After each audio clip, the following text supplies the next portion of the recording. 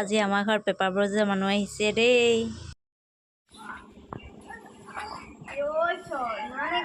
অকণি কি আনিছা? নোৱাৰিছ নহয় এনেকে নে মই ধৰি দিছো বোলা